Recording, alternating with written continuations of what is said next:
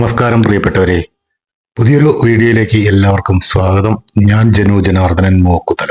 മധുര മീനാക്ഷി ക്ഷേത്രത്തിലെ ഭക്തി നിർഭരമായ ദർശനം കഴിഞ്ഞ് ഞങ്ങൾ നേരെ രാമേശ്വരത്തേക്ക് തിരിച്ചു. സമയം വൈകുന്നേരം 7 മണി കഴിഞ്ഞിരിക്കുന്നു. പോകുന്ന വഴിയിൽ മറ്റൊരു ക്ഷേത്രത്തിൽ കൂടി ദർശനം നടത്തേണ്ടതുണ്ട്. അതിന്റെ വീഡിയോ ഞാൻ ഇവിടെ എടുക്കുന്നില്ല. ആ ക്ഷേത്രത്തിലെ ദർശനം കൂടി കഴിഞ്ഞ് ഞങ്ങൾ യാത്ര തിരിക്കുമ്പോൾ സമയം 8 മണി കഴിഞ്ഞിരുന്നു. ഇരുട്ടായതുകൊണ്ട് പുറത്തെ കാഴ്ചകളൊന്നും അധികം ക്യാമറയിൽ പകർത്താൻ കഴിഞ്ഞില്ല. എല്ലാവരും നീണ്ട യാത്രയുടെ ക്ഷീണത്തിൽ വണ്ടിയിൽ കിടന്നുറങ്ങി. രാത്രി ഏകദേശം 1 മണിയോടുകൂടിയാണ് ഞങ്ങൾ രാമേശ്വരത്ത് എത്തിയത്. വണ്ടിയിൽ നിന്നും ഇറങ്ങി നേരെ റൂമിലേക്ക് പോയി. കുറച്ചുനേരം ഉറങ്ങിയാലല്ലേ പിറ്റേന്ന് നേരത്തെ എഴുന്നേൽക്കാൻ കഴിയൂ.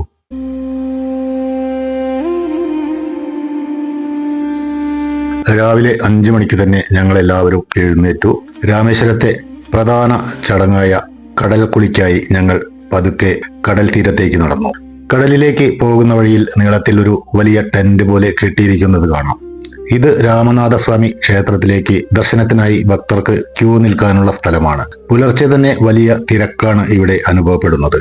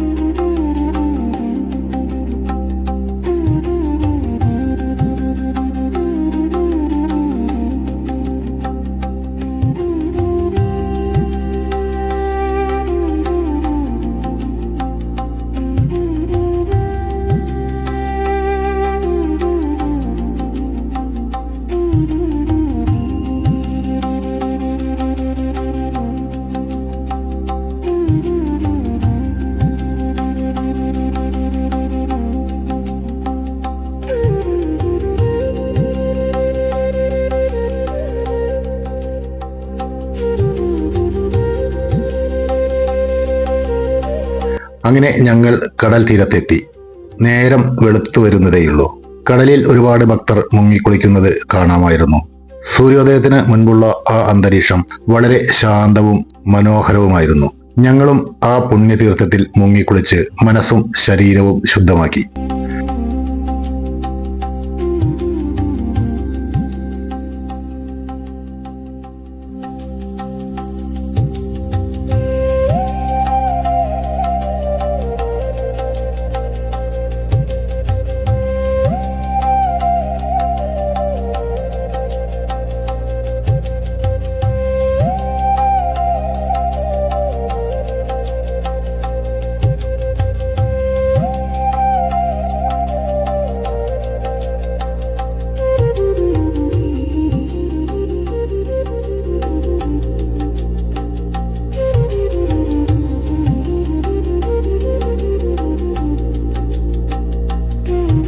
ശേഷം തിരിച്ച് ക്ഷേത്രത്തിലേക്ക് തന്നെ നടന്നു.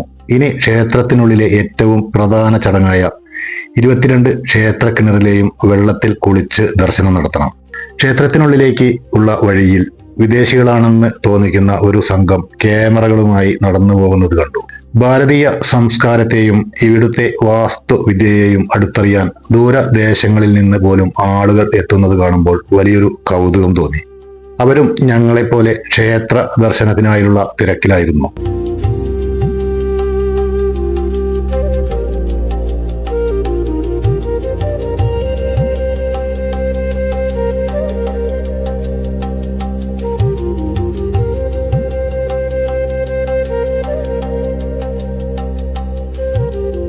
നേരത്തെ നമ്മൾ കണ്ട ആ നീളത്തിലുള്ള ടെന്റുകൾ ഈ തീർത്ഥ സ്നാനത്തിന് എത്തുന്ന ഭക്തരുടെ തിരക്ക് നിയന്ത്രിക്കാനുള്ള ക്യൂ സംവിധാനമാണ്.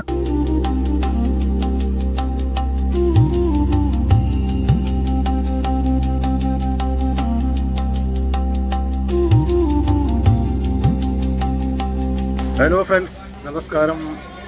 രാമേശ്വരം ക്ഷേത്രത്തിനകത്തേക്ക് ആണ് ഞങ്ങളിപ്പോൾ പോയിക്കൊണ്ടിരിക്കുന്നത്. നല്ല തിരക്ക് കാണുന്നുണ്ട്. എന്തായാലും ഉള്ളിലെ വിശേഷങ്ങൾ വീഡിയോ എടുക്കാൻ കഴിയുമോ എന്നറിയില്ല, പോയി നോക്കാം. അങ്ങനെ ഞങ്ങൾ ക്യൂവിൽ പ്രവേശിച്ച് ക്ഷേത്രത്തിനുള്ളിൽ കടന്നു. സത്യം പറഞ്ഞാൽ ഒരു അപാരമായ കാഴ്ച തന്നെയാണ് ഈ ക്ഷേത്രം.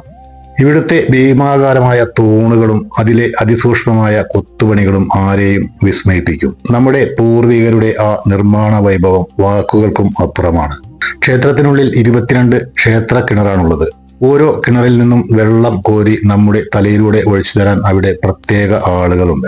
ഒരാൾക്ക് 125 രൂപയാണ് ഇതിന്റെ ചാർജ്. അവർ നമ്മളെ ഓരോ കിണറിനടുത്തേക്കും കൃത്യമായി കൂട്ടിക്കൊണ്ടുപോകും. ക്ഷേത്രത്തിനുള്ളിലെ ഈ തീർത്ഥസ്നാന ചടങ്ങുകൾ വീഡിയോയിൽ പകർത്താൻ അനുവാദമില്ല. എങ്കിലും വളരെ റിസ്ക് എടുത്ത് ആരും കാണാതെ ചിത്രീകരിച്ച ഒരു ചെറിയ രംഗം മാത്രം ഞാൻ ഇവിടെ കാണിക്കുന്നുണ്ട്. അവിടുത്തെ ആ അനുഭവം നിങ്ങൾക്ക് ഒന്ന് മനസ്സിലാക്കാൻ വേണ്ടി മാത്രമാണ് ഇത് പങ്കുവയ്ക്കുന്നത്. 22 തീർത്ഥങ്ങളിലും മുങ്ങിക്കുളിച്ച് ആ പുണ്യസ്നാനം പൂർത്തിയാക്കി ഞങ്ങൾ ക്ഷേത്രത്തിന് പുറത്തേക്ക് നടന്നു. ഇനി ഞങ്ങളുടെ ലക്ഷ്യം ക്ഷേത്ര ദർശനമാണ്. അതിനായി ക്ഷേത്രത്തിന്റെ പ്രധാന കവാടത്തിലൂടെ വേണം അകത്തേക്ക് പ്രവേശിക്കാൻ. വലിയൊരു ഭക്തജന തിരക്ക് തന്നെ അവിടെ അനുഭവപ്പെടുന്നുണ്ടായിരുന്നു. മെയിൻ ഗേറ്റിലൂടെ അകത്തേക്ക് കടന്നാലും ദർശനത്തിന് കൃത്യമായ ഒരു ക്യൂ സംവിധാനമുണ്ട്. ആ വരിയിലൂടെ പതുക്കെ നീങ്ങി വേണം നമ്മൾ ശ്രീകോവിലിന് അടുത്തേക്ക് എത്താൻ. ഇവിടെ നമ്മളെ വിസ്മയിപ്പിക്കുന്നത് ക്ഷേത്രത്തിന്റെ ആ വലിയ നിർമ്മിതിയാണ്. ക്ഷേത്രത്തിന്റെ ചില ഭാഗങ്ങളിൽ ക്യാമറയ്ക്ക് നിയന്ത്രണമുണ്ടെങ്കിലും ഈ മനോഹരമായ ഇടനാഴികളിലും കൊത്തുപണികൾ നിറഞ്ഞ ഭാഗങ്ങളിലും വീഡിയോ എടുക്കുന്നതിന് തടസ്സമില്ലായിരുന്നു. അതുകൊണ്ട് തന്നെ ആ പുരാതന നിർമ്മാണ വൈഭവത്തിന്റെ എല്ലാ മനോഹാരിതയും ഒപ്പിയെടുക്കാൻ ഞാൻ ശ്രമിച്ചിട്ടുണ്ട്. ഇതാ ലോകത്തിലെ തന്നെ ഏറ്റവും നീളമേറിയ ഈ ഇടനാഴികളിലൂടെ മനോഹരമായ ദൃശ്യങ്ങൾ നിങ്ങൾക്കായി പകർത്തുകയാണ് ഞാൻ. ഓരോ തൂണിലും കൊത്തിവെച്ചിരിക്കുന്ന ശില്പകലകൾ കാണുക. നൂറ്റാണ്ടുകൾക്ക് മുൻപ് നമ്മുടെ കലാകാരന്മാർ തീർത്ത ഈ അത്ഭുതം ഇന്നും ഒട്ടും മങ്ങാതെ നിൽക്കുന്നു. പല ആംഗിളുകളിൽ നിന്നും ഞാൻ പകർത്തിയ ഈ രംഗങ്ങളിൽ ക്ഷേത്രത്തിന്റെ ആ ഗാംഭീര്യം നിങ്ങൾക്ക് കാണാം. വരിയിൽ നിൽക്കുമ്പോഴും ഈ കാഴ്ചകൾ നമ്മുടെ മനസ്സിന് വലിയൊരു ആശ്വാസമാണ് നൽകുന്നത്. ഇടനാഴികൾ പിന്നിട്ട് ഞങ്ങൾ ദർശനത്തിന് തൊട്ടടുത്തെത്തി. ക്യാമറയ്ക്ക് വിലക്കുകൾ ഒന്നും കണ്ടില്ല. ഇനി ക്ഷേത്രത്തിനകത്തെ കുറച്ച് കാഴ്ചകൾ കൂടി കണ്ട് നമുക്ക് പുറത്തിറങ്ങാം.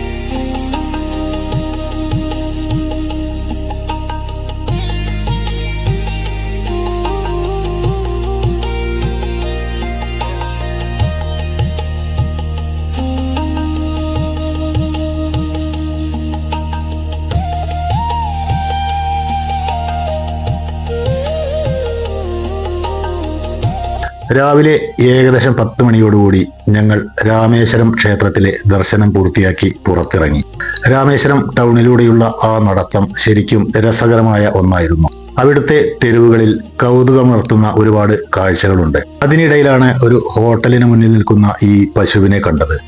ഹോട്ടലുടമയോട് എന്തോ ചോദിച്ചു വാങ്ങുന്നത് പോലെയാണ് ആ നിൽപ്പ് കണ്ടാൽ തോന്നുക. രാമേശ്വരത്തെ തെരുവുകളിൽ ഇത്തരം നിഷ്കളങ്കമായ കാഴ്ചകൾ ഒത്തിരി കാണാനുണ്ട്.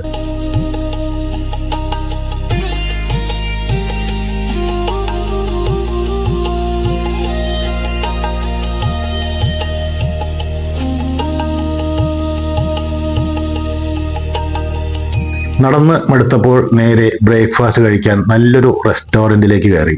രാമേശ്വരത്തെ ഭക്ഷണശാലകളെക്കുറിച്ച് എടുത്തു പറയേണ്ട ഒരു കാര്യം, വളരെ വൃത്തിയുള്ള അന്തരീക്ഷവും നല്ല രുചിയുള്ള ഭക്ഷണവുമാണ് ഞങ്ങൾക്ക് അവിടെ നിന്നും ലഭിച്ചത്.